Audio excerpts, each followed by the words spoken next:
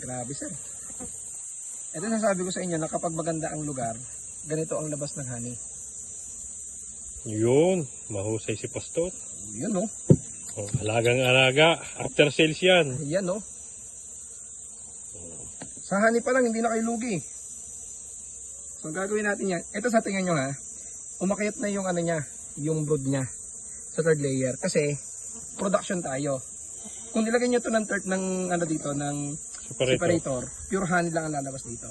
Kaya makikita nyo, pag ganitong season ng May, halos wala pang masyadong pollen. Pero pag umabot na ho tayo ng mga July at nag-harvest tayo, may combination na siya ng pollen.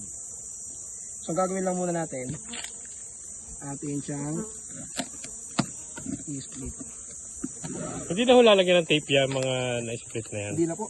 Hindi na, kaya po nilalagyan ng tape yan para maiwasan yung pagnanakaw. Aba, may mga langgam ah. Oo nga po eh. Pero okay lang po yan. Maliit na langgam lang yan. Mamaya natin i-harvest.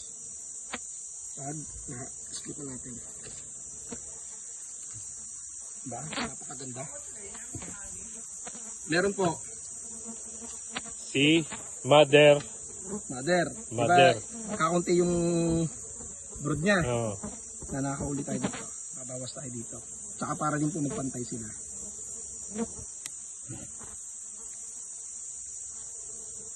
Ito yung hindi natuturo sa training.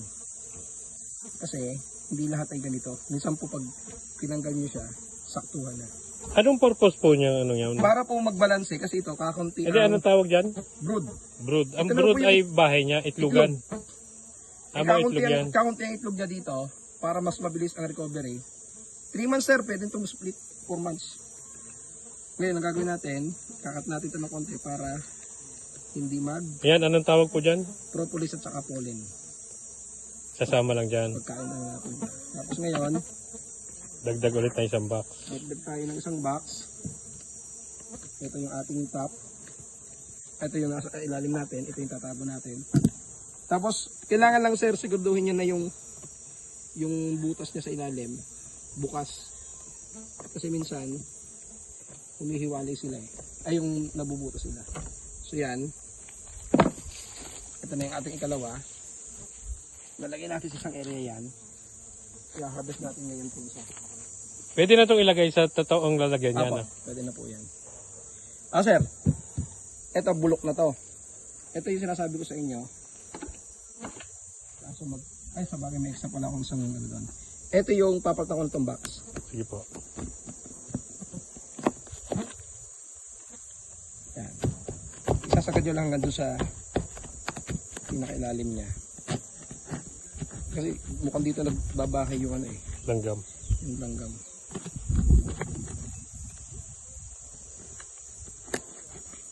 Tapos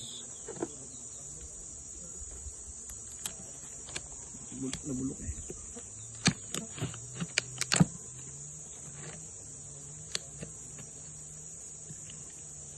Ito nga yung ito natin ng bagong box. Net masikip to. Mas makapal na konti ito. Makakapal tong. Ganyan kakakapal yun sa akin. Bawasan natin. Kasi po, wala akong mabila nung Manipis. manipis. Eh, pero sa akin, mas okay po yung makapal eh. Kasi Matibay. mas matibay siya. Tsaka mas mano sa init at araw.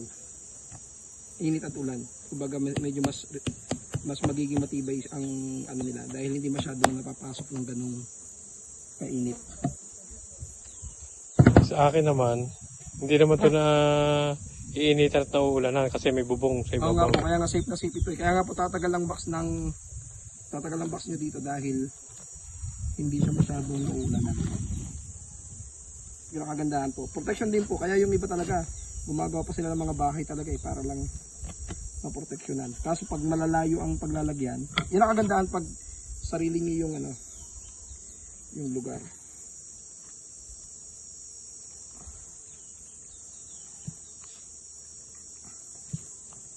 There you go.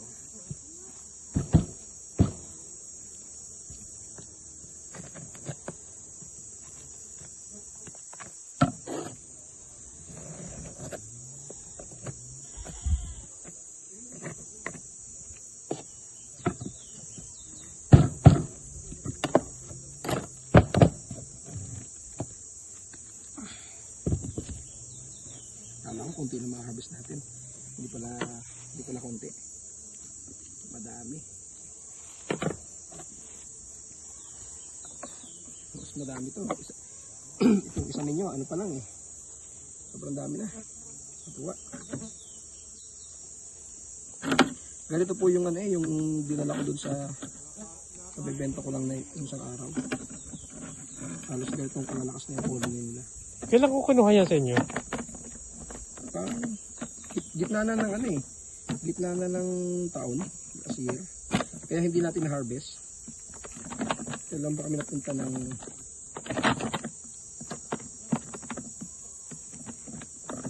siguro Wala pa naman 6 months yan ah. parang December. Parang meron na yata, sir. Pero ano eh, tag-ulan. Kaya hindi ko hinarvest at saka in-split yun eh. Kasi hindi po pwede.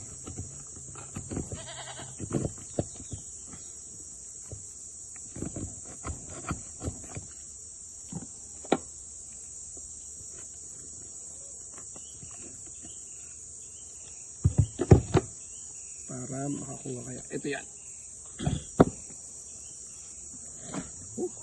Ganda ng niya.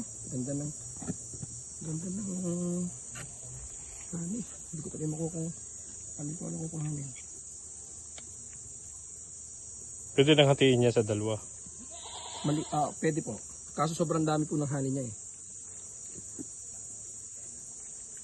So harvest lahat yan. Opo, harvest natin para mabilis ang kanilang Pagpaparami. So kasi puro honey po eh. Mas maganda combination ng honey at pollen. Kaya ito lang. Kuha na natin. Hindi may mga honey na. Kuhanin ang Itlog, sayang. sayang. Yan, okay na yan. Ngayon, kapag kayo po ay hindi mag-split, pwede nyo kuhanin lahat ng pagkain. Ito. Pero dahil tayo nag-split, para lang medyo maiwasan natin ng konti. Ito po. May pagkain pa sila. Pagkain sila. Okay na yan.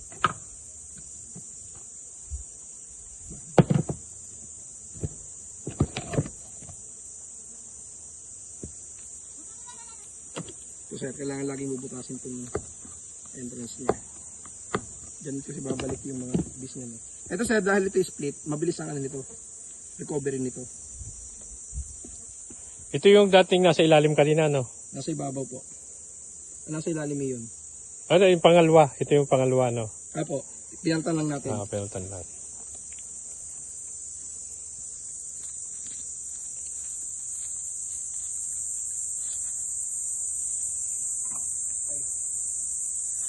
Kuhanin ko lang ito sa